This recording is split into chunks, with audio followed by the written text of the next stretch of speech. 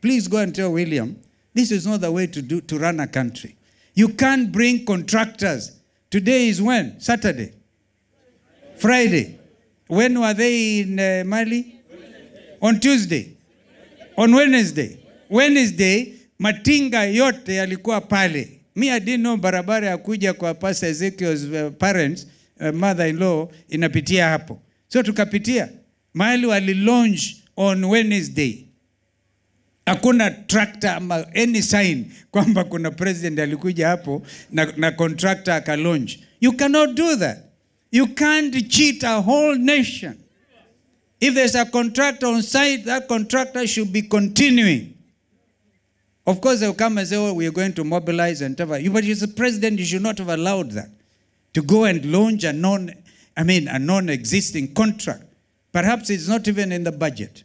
Ni kupatia watu tu, kupumbaza watu.